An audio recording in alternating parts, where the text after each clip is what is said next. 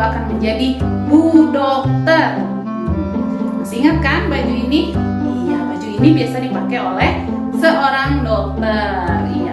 Sebelum kita mulai, sama-sama kita membaca basmalah terlebih dahulu. Angkat tangannya. Bismillahirrahmanirrahim. Iya, pintar semuanya. Anak soleh. Iya. Untuk minggu ini tema kita masih tentang pekerjaan. Iya, subtemanya yaitu tempat bekerja. Nah, kalian ada yang tahu nggak dokter itu bekerjanya di mana? Iya, pintar. Sama ibu dikasih tahu ya lebih jelasnya ya. Dokter itu bisa praktek atau bisa bekerja di 3 tempat. Yang pertama, di tempat praktek pribadinya, bisa di rumah atau di ruko bisa. Yang kedua, di puskesmas. Iya, di puskesmas kan ada dokter juga ya. Yang ketiga yaitu di rumah sakit. Iya, pintar sekali. Nah, satu-satu ya sama ibu dijelaskan. Untuk di tempat praktek biasanya dokter hanya memeriksa dan mengobati. Jadi biasanya tempat dokter praktek itu ada dokter gigi, ada dokter umum juga ada, dokter kandungan juga ada. Biasanya buka praktek di sekitar kita ada. Jadi ruangannya hanya satu ruangan saja, tempat dokternya duduk sama tempat pemeriksaan atau tempat tidur. Nah, itu di tempat praktek. Selanjutnya yaitu di puskesmas. Nah, di puskesmas ini lebih banyak lagi ruangannya. Di puskesmas ada pendaftaran, ada UGD, ruang rawat, lalu ruang pemeriksaan, lalu iya, di sana juga ada laboratorium, bisa sama apotek. Lalu yang ketiga yaitu di rumah sakit. Kalau rumah sakit ini hampir mirip dengan puskesmas, cuman lebih besar lagi. Isinya lebih banyak lagi dan lebih luas. Ya, kalau di rumah sakit itu selain ada pendaftaran, UGD, poliklinik. Nah, poliklinik ini tempat praktek dokter juga. Jadi dokter memeriksa pasiennya di situ, diperiksa ini sakit apa, ini sakit apa, sakit apa. Semua dokter yang ibu sebutkan di video sebelumnya. Itu tempat prakteknya di poliklinik ini. Nah, kalau sudah ada diagnosanya biasanya dialihkan, misalnya ini harus dirawat atau boleh pulang. Yang harus dirawat di rumah sakit itu ada ruang rawatnya atau ruang inap. Misalkan butuh operasi, ada ruang operasinya. Atau misalkan ada yang harus dicek darahnya. Nah, itu nanti pergi ke ruang laboratoriumnya. Lalu misalnya paru-parunya ada yang sesek, wah paru-parunya kenapa nih? Itu harus diperiksa juga. Namanya perginya ke ruang ronsen. Iya, di ruang ronsen itu nanti bisa terlihat paru-parunya kenapa gitu. Selain itu ada juga apotek. Jadi kalau misalnya kalian sudah diobati terus boleh pulang, biasanya sama dokter dikasih dulu resep untuk obat di rumah. Kalau penyakitnya terasa lagi, biasanya harus mengambil obat di apotek. Iya. Dan juga satu lagi nih, kalian tahu nggak kalau di rumah sakit itu ternyata ada kamar mayat. Nah, bagi pasien yang sudah meninggal, sebelum diambil oleh keluarga pasien, biasanya jenazahnya akan disimpan di ruang mayat seperti itu ya. Lalu kalian tahu nggak mobil yang biasa digunakan oleh dokter atau yang suka bolak-balik membawa pasien, mobil apa namanya? Mobil apa? Mobil apa? Iya, pintar sekali, namanya mobil ambulan. Nah, ambulan ini biasanya dipakai untuk orang yang sakit. Misalnya dari rumah ada yang harus dijemput atau dia tidak bisa pergi sendiri ke rumah sakit karena tidak bisa berjalan. Biasanya dijemput sama ambulan. Atau misalkan ibu ini udah sembuh dari rumah sakit mau pulang tapi masih belum bisa berjalan. Jadi pakai ambulan seperti itu.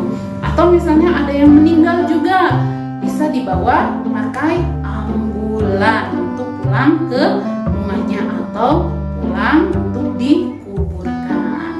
Nah, anak-anak, kita ini kan sekarang masih dalam masa pandemi. Jadi dokter, perawat, terus suster, semuanya di rumah sakit sedang bekerja keras agar penyakit ini bisa tertanggulangi. Kita sebagai orang yang di rumah yang sehat, supaya tidak membebani mereka dan supaya kita juga tidak sakit, kita harus menjaga diri. Nah, paling minimal untuk mencegah terjadinya penularan, kita harus cuci tangan sesering mungkin. Mau makan, setelah keluar dari rumah, kita harus mencuci tangan, ya. Lalu kalau keluar rumah jangan lupa memakai masker. Kan kita tidak tahu siapa yang sudah tertular, siapa yang belum. Jadi kita harus berhati-hati. Lalu kita juga harus menjaga jarak dengan orang lain, karena orang lain juga tidak tahu kalau kita tertular. Bahkan kita sendiri juga kadang tidak tahu kalau kita sudah tertular.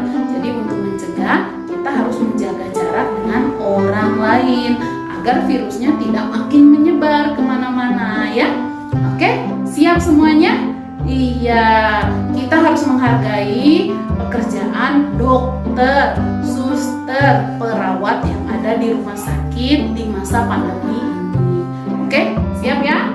Oke, selanjutnya kita akan mengerjakan tugas. Set, mana tugasnya? Ini tugasnya. Tugas ini ada di halaman 11. Coba kalian buka. Anak kelas B udah pintar ya. Coba cari sendiri. Masih ada yang kesusahan? Oke, boleh dibantu sama ayahnya kalau kesusahan.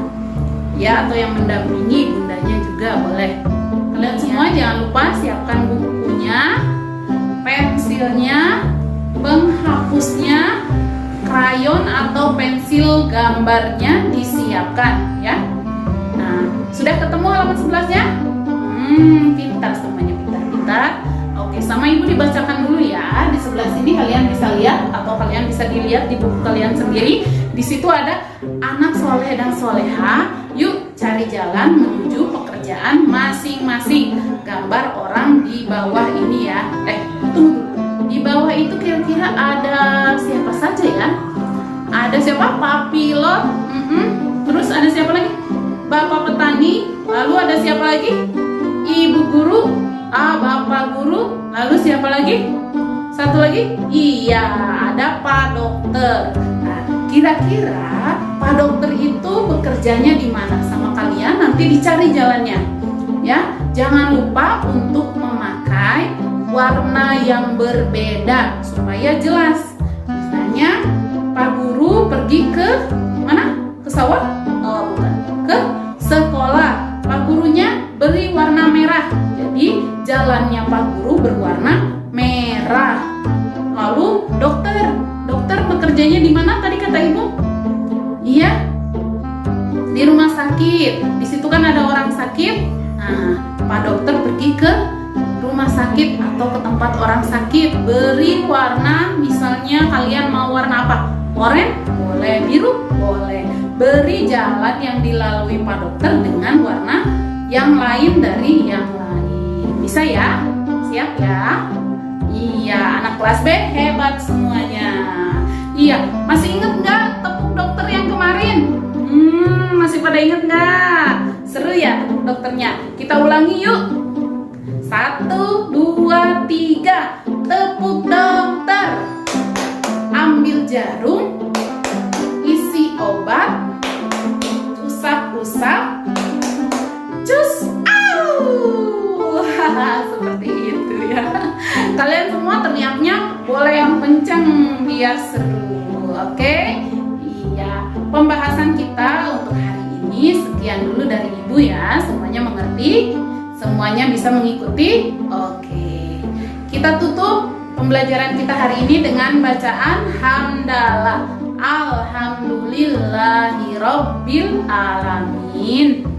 Wassalamualaikum warahmatullahi wabarakatuh.